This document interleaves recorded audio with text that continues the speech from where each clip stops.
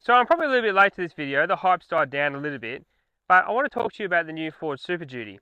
And I'm going to give you my 5 things that I love and hate about this car, and also explain why I think it's going to be a bit of a game changer in the dual cab ute market. And the reason I say that, well, there's nothing else like it. So let's get into it. So my number one thing that I love about it, 33-inch tyres are standard. Now, I think this is ready to be dropped on any mine site, service vehicles, tradies, rangers, going around Australia. This car, I think, is ready built to do those things.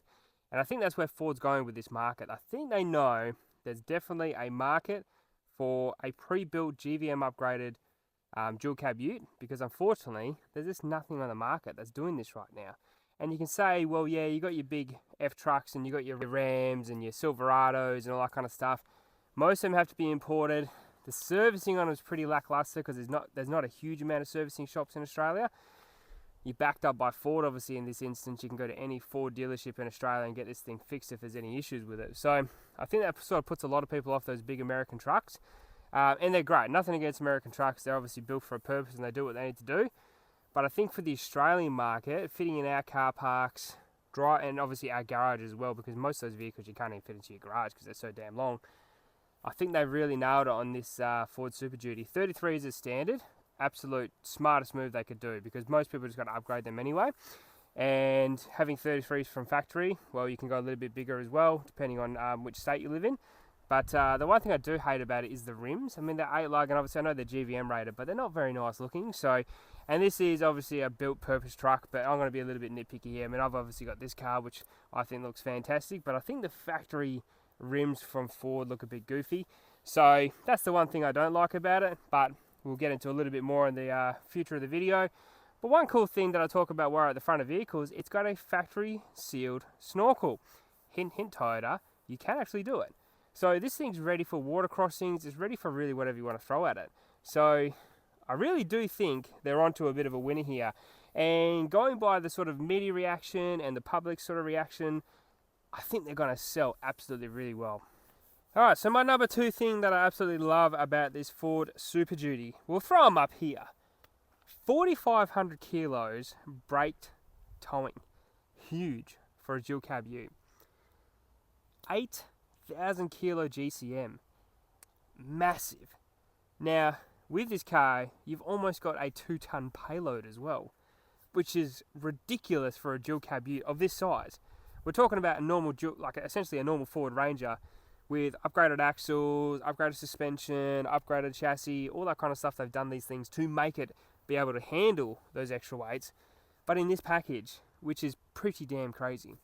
So one thing I do love about this car is they really made it so a normal person on a C-class driver's license, you don't need to get into the MB2 category on this, and I'll get into that a little bit later, but you have an MB1 and an MB2 category, which is where the weights fall and what's legal and what's not legal. But being 4,500 kilos, you're right on that MB1 category, which means you can just drive around in a C-class driver's license. You don't need to register as a light truck or anything like that. You can literally drive out of Ford's car lot and chuck a 4,500 kilo caravan on the back and drive legally down the road, which is pretty crazy. But that's essentially what the Ford Super Duty allows people to do, which I think was why it's going to revolutionise this market a little bit. So, one thing I don't like about it, so there's a risk to this, right? I just said you can go buy this car, put a 4,500 kilo caravan or something on the back of it, a horse float or something like that. That's a lot of weight going down the vehicle on a standard driver's license. So maybe there needs to be a conversation about caravan driver's license, or around the concept of adding a part of your license to tow these big vehicles. Because if you're talking about towing 8-ton down the road with no experience, like you just sold the house, you're going to go around Australia, you're doing the lap, and you're putting 8-ton on the road with no experience, can be fatal. So maybe there needs to be a conversation around that at some point with these big American cars and these big Ford Super Duties that are going to come out. Maybe there needs to be something around that. But that is a story for another day. You think about fireys, you think about Ranger service vehicles. Like if you're out in the pine forest like I am, and there is a spot fire or something like that, these things have almost a 2-ton payload. So if you're going to put like 1,000 litres of the water on the back, you can still put the 4 blokes inside and go, put out the fire. So I think They've really made it versatile. Tradies vehicles with those weights. You can put a canopy on the back. You can still tow your huge trailer on the back of these things and be fully legal, which I think a lot of people these days aren't fully legal. You look at some of these tradies utes out there and they've got these massive trailers and the car is loaded to the nines. They've got the canopy, they've got the the rear wheels coming off the back of it, and you know that thing is overloaded because most of these cars have like a 3,300 kilo GVM. So you know, unless they've got a GVM upgrade, which generally gives you like 500 kilos, they ain't being legal on the road. So you can now have a fully legal vehicle towing 4.5 ton with a huge payload down the road.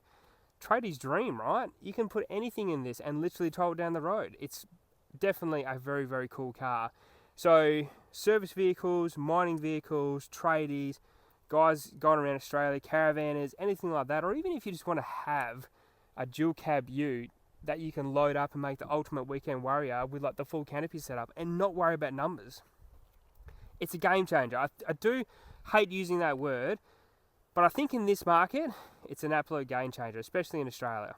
So, number 3 on the things that I love and hate about this new Ford Super Duty, 130 litre tank from factory. I think that's pretty cool because, again, most dual cabs, I'm pretty sure this is a 70 litre, it might be 75. Most new dual cabs are going to come out with a 70 litre, which gives you like, if this was stock, it would give you about 800 k's range, roughly, right? About 800 k's, roughly. Now, I get about 750 with the way this thing looks now, which is still pretty good. But having 130 litres is going to give you about, roughly, just on a stock car we're talking about here, nothing towing or anything like that. Say it's around the sort of 9.8 litre per 100, well, you're getting about 1,300 k's. So let's say in a perfect world, you're getting like 1,200 to 1,150, which is a huge amount of kilometres in a factory vehicle. So I think the 130 litre tank is definitely something that most dual cab utes need to come out with now. Because 9 times out of 10, if people are doing the lap or they're doing big trips or they're doing remote trips, they want to have extra fuel. They don't want to carry jerry cans. They don't want that crap hanging off the back of the car or off the caravan. So there's definitely, I think, a need for a bigger fuel tank. So it's even at the point I'm going to look for the 130 litre fuel tank to hopefully retrofit into this vehicle. Because it's a Ford tank, all the sensors and that kind of thing should be the same.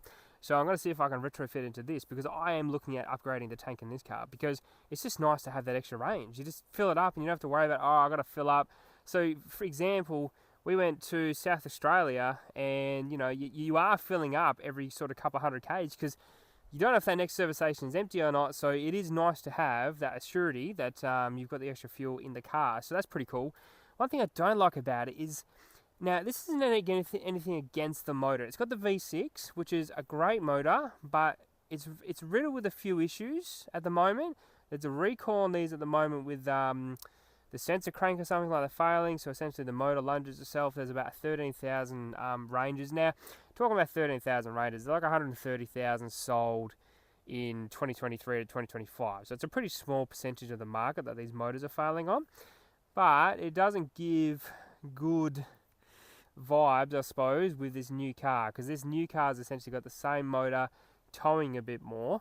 They have done a few things to beef up the radiator and the gearbox, and they've done a few things around the cooling system and that kind of stuff.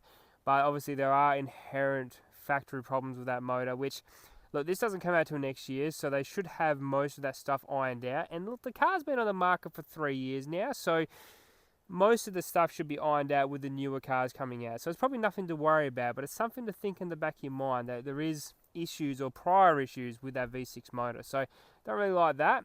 Yeah, there's plenty of other things they could probably chuck in there, but it's probably coming down to Ford knows they're only going to sell a certain amount of these, so they can't throw and invest money at these things when the market's so small. So I understand what they did. The platform's already there. The V6 is a great motor. It's got plenty of power. It'll do the job. Like, there'll be no issues with it doing the job. But yeah, it's just a little bit surprising. They didn't just sort of maybe rehaul it or just do a different motor for this particular Super Duty. But that's okay. That's what Ford's decided to do. So it comes out with the V6. Same power specs, I believe. I'll chuck them on the screen if they're not, but I'm pretty sure it's the same power specs. But obviously with upgraded radiator and gearbox and all the cooling and that kind of stuff, which should help out with towing and that kind of thing with the extra loads on the vehicle. But yeah, pretty damn cool having a 130 litre tank from factory. I do like that. But as I said, not a big fan of the V6, and I've got the bi-turbo, which is, yeah, it's got the wet belt, which has got its own issues, but yeah, it's definitely had less issues than the V6 when it's come out, so, you know, there is that. But let's go to number 4. So let's talk about number 4. My number 4 love thing about this is the interior. Now, unfortunately, from what I've seen so far, you can't get leather seats on the Super Duty. It looks like it is a workhorse utilitarian type vehicle, which is fine, but I do like having leather seats. They're easy to clean, and, you know, like, I just prefer it. I think it's like a nicer looking interior and that kind of thing, but that's just me. Most people are going to chuck seat covers and that kind of stuff on them anyway, so it's probably not a big deal. You do get the factory 12-inch screen, and as I said, you do get the best interior for a dual cab ute at the moment. Like, there's nothing that's rivaling this at the moment. It is the nicest interior for any new dual cab ute in the market. Like, some people say, oh yeah, what about the D-Max and what about the Hilux? Hilux looks shit. It looks like it's 20 years old. It's this big screen in the middle. It's an old style interior. This is the most modern, nice interior for a dual cab ute that's on the market. I might be a little bit biased having one, but this is one of the main reasons that I bought this vehicle. So you do get the 12-inch screen, which is the upgraded Wild Track version. As I said, you don't get leather seats, which is a bit of a bummer, but you do get obviously all the luxury cons in the vehicle. You got wireless charging. You've obviously got the digital screen. You've got cool stuff that's built into the main screen, which is something I didn't touch on before. But I'll touch on a little bit about the suspension, but on the main screen, you can actually see how much weight is in the back of the vehicle as you load it up, because it's got an inbuilt scale, which is no other vehicle is doing this, so it's revolutionary. With the V6, you've got the 4 auto, so you can have it in 4, so essentially 4-wheel drive on the road, kind of like a Triton. So it's an auto mode for the 4-wheel drive, so perfect for caravans and that kind of stuff. If you're on a steep like ascent and you're slippering and that kind of thing, it's obviously going to use the 4-wheel drive system to get you up there, and obviously not just rely on the rear-wheel drive system. It's got factory front and rear diff lockers. Huge. Obviously, most Rangers now come with a rear locker as factory, but it's got a front factory locker. Another thing I'm thinking about upgrading, if it's got the bigger, stronger diff in it, I might put that into this if I can. But yeah, I'm really excited about how much I can retrofit into this car, just to upgrade it and make it a bit more beefy. But all that kind of stuff is just you just don't get that in any other dual cab ute, which is why it kind of gets me excited that you know, I'm not going to buy this vehicle.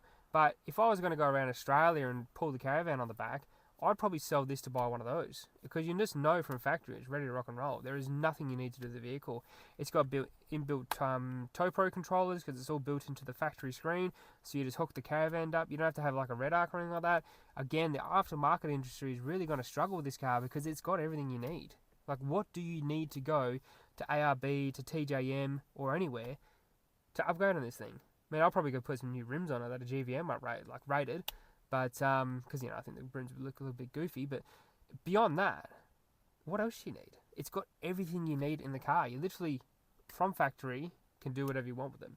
So, big thing about the interior, number 4, they can't better this. Like, I think it looks absolutely perfect. And having this in a utilitarian style vehicle, like a Ford Super Duty, I think, yeah, it's really nailed it. This is exactly what we want. It's nice and comfortable. They're easy to drive and easy to live with. So, yeah, number 4, interior, top notch. So let's talk about number 5, suspension. You know, I've upgraded the suspension in my Ranger, but this Ford Super Duty obviously comes out with factory suspension that has already been upgraded. It's got a 2-inch lift. You've got everything you need. Stronger leaves in the back to obviously carry that weight. As I said, inside the vehicle, you've got that weight scale that's in the back of the tub, so you know exactly how much weight you're putting in here. So again, weekend warriors, tradies, anything like that, service vehicles, firefighters, you can just dump stuff in here and go, okay, we just put a ton in there, we know we've got a little bit to play with, but you know exactly how much is in the back of your vehicle. Again, no one else is doing this. This is why I said at the start of this video, I think it revolutionises the dual cab market a little bit, and why it's trying to stick away from those big American trucks a little bit as well, is they're just trying to sort of capture a market that people are in between at the moment. And again, coming to factory suspension that's been upgraded, diffs that have been upgraded, bigger drive terrain, bigger tail shafts, bigger axles, bigger front control arms, all that kind of stuff has been beefed up. So it's set and forget, right? And that's the cool thing about this vehicle. You don't have to worry about doing anything to it. you're buying, I think they're going to come out as about $90,000. So it's a good value buy in the sense of, if you buy one of these in a V6, say it's around $74,000, $75,000 for an XLT, you have to spend 10 grand getting that thing up to the spec of the Super Duty. And why would you bother all those aftermarket parts when you have the whole thing from factory, if you want to do that? So that's why I think they've really been smart, capturing the market, knowing exactly where they want to be. And as I said, number 5, suspension and all the rest has already been upgraded, so why bother?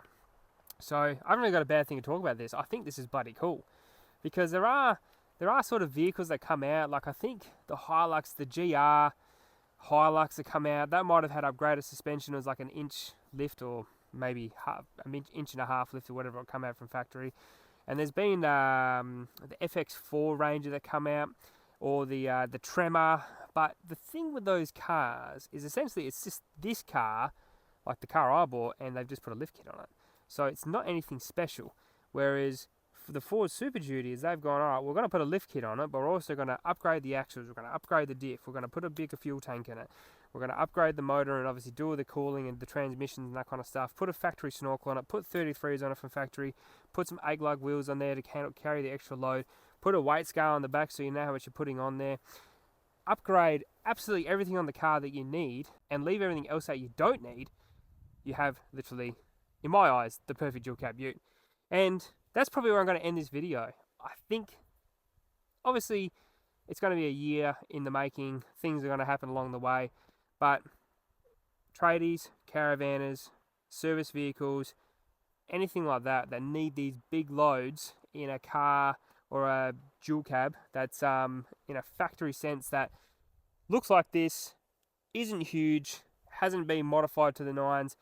You can just buy it from a Ford dealer and then go do your work. Farmers, I think it's pretty damn cool, because there's nothing else like it on the market. So as I said, I think I might have been a little bit late to this video. I didn't want to just make a video in the hype and talk about with everyone else, oh, this is a game changer. I want to sort of look at it, reflect on it, and actually see if it's actually going to be worth, the upgrade. Like if I have this car, would I upgrade to the Super Duty? If I was going around Australia, yes. If I was building even if I was just building a vehicle like canopy, rooftop setup to go around Australia, 100%. Because the factory warranty, or the 5-year warranty you get with Ford, if you don't modify the vehicle, you got a 5-year factory warranty. We don't need to modify the vehicle because everything's done to it, but you got a 5-year factory warranty. Any Ford dealership can fix it. Yeah, I think you're onto a good thing, Ford. And if you want to let me try one when they come out, I would love to try one. So putting that out to Ford now. If you're watching this video, yeah, I'd love to try one when they come out, because I'm just really curious to see what they're like. But I might leave it there. That's been another episode of 4x4 Camping and Adventures. Drop a comment below on what you think is pretty cool and what you don't like about the new Ford Super Duty. But that's it for this one. If I don't see you in the next video, I might see you out here in the tracks and trails. If I don't see you in the tracks and trails, I shall see you later. Enjoy your Sunday, and I'll see you next month. Bye.